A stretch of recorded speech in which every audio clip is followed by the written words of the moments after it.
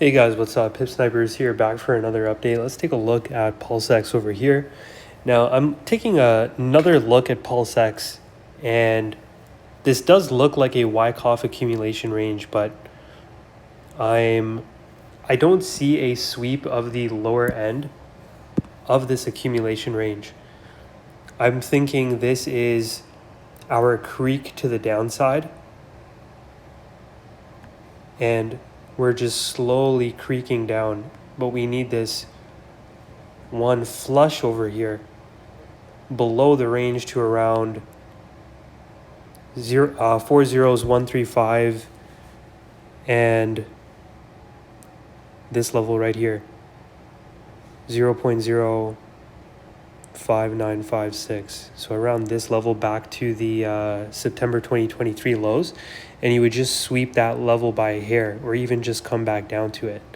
And then what you would want to look for if we do come down here is just a push back into the range, a move down to test that range of support, and then it's likely we'll see massive continuation from there. So now that would be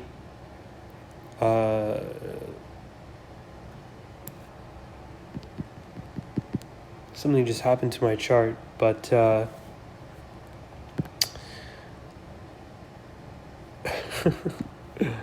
me see here.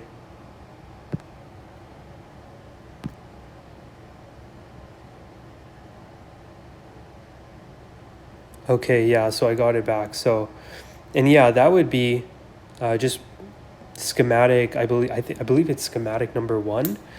And the other schematic of Wyckoff accumulation would be just that instead of coming down like that, like below the range, it would just come down and chop over here like this. It wouldn't be so aggressive, right? It wouldn't be such an aggressive move down, but instead it would just chop around mid-range. Let me just remove these drawings so you guys can see here. Let me see.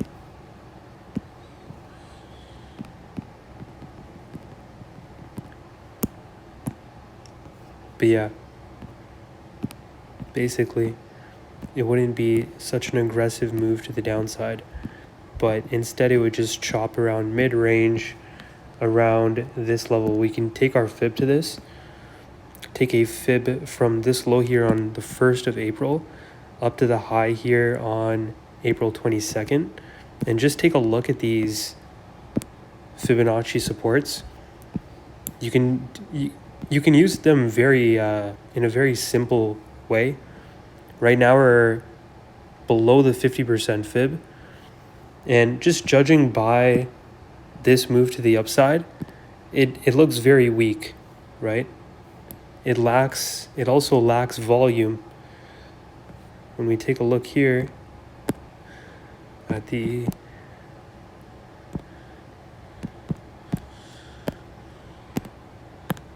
volume, you see how there's no volume on this move?